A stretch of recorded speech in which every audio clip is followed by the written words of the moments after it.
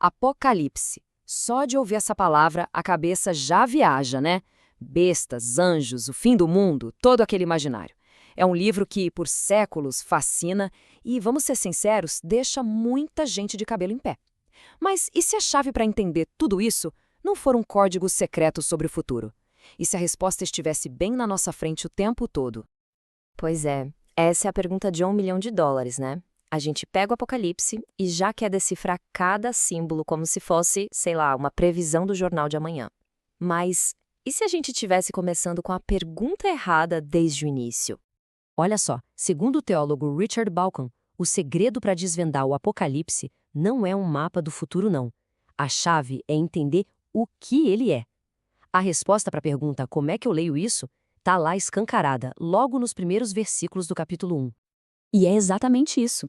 A chave tá logo de cara. É como se o próprio autor deixasse um manual de instruções pra gente, mostrando que o livro dele, na verdade, é uma mistura de 3 tipos diferentes de texto que eram comuns naquela época. Isso mesmo, 3 em 1. E é justamente essa mistura, sabe? A forma como esses 3 estilos se conversam que dá a pista certa para a gente pegar a mensagem principal do livro. E quais são esses 3? Bom, primeiro, ele é um apocalipse, ou seja, uma revelação, uma janela para uma realidade celestial. Segundo, é uma profecia, uma mensagem de Deus feita para ser lida em voz alta na comunidade. E terceiro, é uma carta, enviada para 7 igrejas bem específicas lá da Ásia Menor. Percebe como isso muda tudo? A mensagem não era um quebra-cabeça para o futuro distante, era algo urgente e direto para aquelas pessoas naquele tempo. Ok, entendi. Mas e as imagens? As bestas de 7 cabeças, o dragão, os rios de sangue? Se não é um código secreto sobre o futuro, para que serve tudo isso então? Aí é que está o pulo do gato. A resposta para essa pergunta nos joga direto numa viagem no tempo lá para o mundo visual e político do Império Romano do primeiro século. Pensa assim, era uma verdadeira guerra de imagens. Os primeiros cristãos viviam bombardeados pela propaganda de Roma, sabe?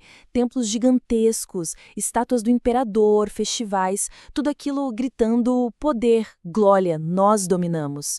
O que o Apocalipse faz? Ele cria um conjunto de contra-imagens proféticas. Ele basicamente mostra como todo esse poder de Roma era visto lá do céu.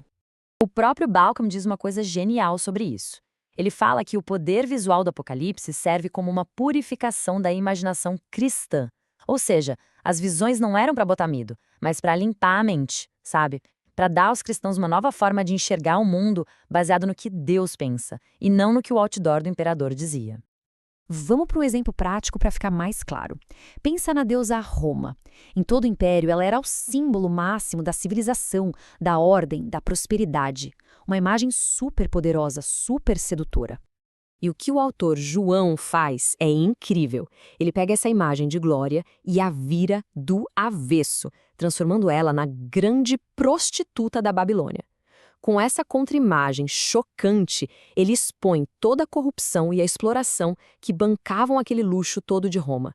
É como se ele dissesse, olha, não se deixa levar por essa fachada bonita não. A verdade por trás disso aqui é outra. Beleza, entender que é tudo sobre esse universo de símbolos já ajuda a gente a não cair em umas ciladas bem comuns na hora de ler o Apocalipse. Então, qual é o jeito errado de ler? A resposta rápida é não. Achar que as imagens são um código secreto para decifrar o jornal de amanhã, esse é talvez o maior erro de todos na hora de ler o livro. Bauckham, na verdade, aponta 2 erros bem comuns. O primeiro é esquecer completamente do contexto da época, sabe? Achar que os símbolos podem significar qualquer coisa que a gente queira hoje. E o segundo erro é o contrário. Trata tudo como um código literal, tipo, a besta é fulano de tal. As 2 leituras no fim perdem o que é mais importante. A grande sacada é perceber que esses símbolos foram feitos para provocar uma reação, para mudar o jeito que os primeiros leitores viam o mundo deles.